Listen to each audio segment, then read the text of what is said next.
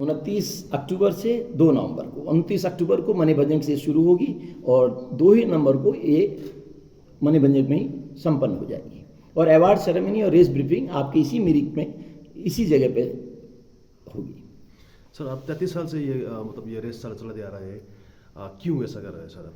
क्या उद्देश्य क्या है सर? बहुत अच्छा, हाँ, उद्देश्य इसका ये है कि जो दार्जिलिंग के अंदर जो था, एक तो इसकी ब्यूटी जो है, मुझे सबसे पहले जो मैंने कई बार आप लोगों को बताया कि इसका जो आकर्षण था मेरे अंदर, हर एक का अपना अपना अब लेवल है, मुझे ये जगह ऐसी एक्टिविटी करने के लिए सबसे बेस्ट नज़र आई। दूसरा चीज़ था कि मैं यहाँ के इस दार्जिलिंग के क्षेत्र से जब मैं जुड़ा था सन 88 में, मैं से इस क्षेत्र से जुड़ा 1988 से, तब से मेरे दिमाग में घूमती रहती थी कि मैं इस दार्जिलिंग के लिए क्या अच्छा कर सकता हूँ जो दुनिया में दार्जिलिंग का नाम हो जाए, ये सबसे बेस्ट जगह कहलाई जाए। दार्जिलिंग का नाम होने का मतलब भारत का ही नाम होगा। जहाँ भी कोई भारत के हिस्से में कोई एक्टिविटी होती है तो अल्टीमेट वर्ल्ड लेवल पर भारत का नाम होता है। बट दार्जिलिंग के सहारे से मैं भारत के नाम को ऊपर ले जाना चाहता था इस स्पोर्ट्स के लिए, एडवेंचर स्पोर्ट्स के फील्ड में, साहसिक खेलों के फील्ड में। और वो मेरा जो सर्कुलर रूट मुझे नज़र आया, जिस हिसाब से मैंने इसका जो रेस बनाई, जिसकी जो ट्रेल की परिकल्पना की, वो मुझे फिट नज़र आई उस कार्य स्पोर्ट्स एक्टिविटी के लिए। और जो यहाँ पर मेरे दिमाग में एक बात और रही कि ये जगह बहुत अच्छी है, लोग बहुत भोले भाले हैं, बहुत अच्छे लोग हैं, अच्छा प्राकृतिक सौंदर्य यहाँ पर दृश्य है, तो क्यों ना इन लोगों को अवेयर किया जाए, क्यों ना दुनिया को बताया जाए कि आप इस जगह से बहुत कुछ सीख सकते हैं। ये एक स्पोर्ट्स का हब बन सकता है। अब बन तो गया ही है, काफ़ी हद तक बन चुका है, बहुत एक्टिविटीज़ होने लग गई हैं। जिस ज़माने में हमने DGSC होता था, टूरिज्म को माउंटेन बाइक दी थी, उस ज़माने में यहाँ बाइसिकल का एक स्टोर भी नहीं था, बाइसिकल की दुकान ही नहीं थी।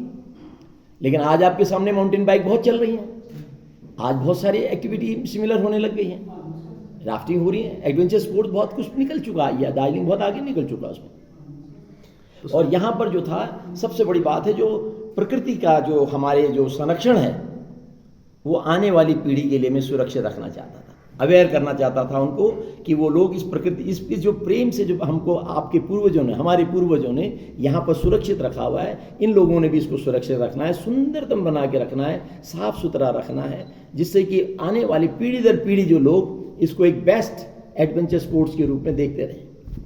सर आप 33 साल से दार्जिलिंग पहाड़ को बहुत प्यार करते आ रहे हैं, क्या उपलब्धि रहा और क्या क्या मतलब कितना आप संतुष्ट है इस रेस से? मैं बहुत संतुष्ट हूँ। जैसा मैंने आपको थोड़ी देर पहले कहा कि इस रेस ने, इस तरह की जो मल्टी डे स्टेज रेसेस होती हैं, वो कंसेप्ट तो हमने डेवलप किया दार्जिलिंग में, इंडिया के अंदर, लेकिन गुजरात में भी चल रहा है, मध्य प्रदेश में चल रहा है, हरियाणा में चल रहा है, उत्तराखंड में चल रहा है, लद्दाख में चल रहा है, हिमाचल में चल रहा है। तो साहब, हम एक साल में एक बार यहाँ आए और आते हैं, लेकिन जो अवेयरनेस है पूरी इंडिया में, पूरे वर्ल्ड में, वो तो फैल रही है। तो मैं तो सेटिस्फाई हूँ। और मैंने सफाई का भी जो प्रयोजन उठाया, जो कूड़ा उठा के लाने का अभियान छेड़ा रनर के द्वारा, मैं बहुत खुश हूँ कि मेरी इस ट्रेल के आसपास जहाँ से भी पार्टिसिपेंट जाता हूँ, अब लोगों ने अपने घरों के आगे डब्बे रखे हुए हैं और लिखा हुआ है यूज़ मी। ये आज से नहीं, 15-20 साल पहले से मैं देख रहा हूँ कि जो हम लोगों ने देखा कि पांडे साहब इधर आते हैं तो बेचारे सफाई कूड़ा उठा के ले जा रहे हैं। तो लोगों ने अपने अपने घरों के आगे, मैंने देखा ट्रेल जहाँ जहाँ से हमारी जाती है, रेस जहाँ से जाती है, ट्रेल जो जा रही है हमारी रेस की, उसके आसपास लोगों ने डब्बे रखे हुए, डस्टबिन। ये अवेयरनेस लोगों के पास गई, इससे बड़ी सेटिस्फैक्शन क्या है कि हमें साफ रहना, हाइजीनिक रहना, जो हमें प्रकृति ने दिया था, मैं उसी अनुकूल बना के रखना अपने आप। तो मैं खुश हूँ, मैं अपने मिशन में पास हूँ। मेरा मिशन था कि भारत में नाम हो दार्जिलिंग, और ये अवेयरनेस पूरे वर्ल्ड में फैले दार्जिलिंग की, और पहली विश्व की जो सबसे सर्वोत्तम प्रिय रेस है, most beautiful race in the world, जो जिसको हमने नहीं, बाहर की विदेशी पत्रकारों, मैगजीनों ने डिक्लेयर किया। इससे बड़ा सौभाग्य और क्या मिल सकता है, और क्या संतुष्टि हो सकती है। तो सर भारत सरकार की ओर से क्या क्या सहयोग मिल रहा है आपको? भारत सरकार की ओर से हमें ऐसा कोई फाइनेंशियल कोई सपोर्ट नहीं मिला। फाइनेंशियल सपोर्ट ना ही आपकी जीटे के द्वारा हमें कभी मिला। हमें कभी कोई हट गौरव चाहिए होती थी तो वो हट गौरव पैसा दे के हमको मिला, हमारे लिए वो भी सहयोग बहुत है। तो ऐसा फाइनेंशियल सपोर्ट हमें कभी किसी सरकार के द्वारा कभी ना हमने लिया, ना मांगा, ना कभी हमें मिला। सर आप तो पुरस्कार के मोहताज तो नहीं है, फिर भी आपने इतने सालों से बहुत कुछ काम किया है टूरिज्म बूस्ट करने के लिए पहाड़ में, दार्जिलिंग पहाड़ में, तो क्या उम्मीद रखते हैं आप कुछ सरकार की ओर से? क्या कहेंगे? ये आपने प्रश्न मुझे इतना हास्यपद वाला पूछा है कि जिसका जवाब देना शायद मेरे जैसे व्यक्ति के बस का तो बहुत मुश्किल है, लेकिन मैंने किसी अवार्ड के लिए तो ये कंसेप्ट को डेवलप नहीं किया था। प्यार के लिए किया था, प्रकृति प्रेम में किया था, लोगों के अंदर जागरूकता लाने के लिए किया था।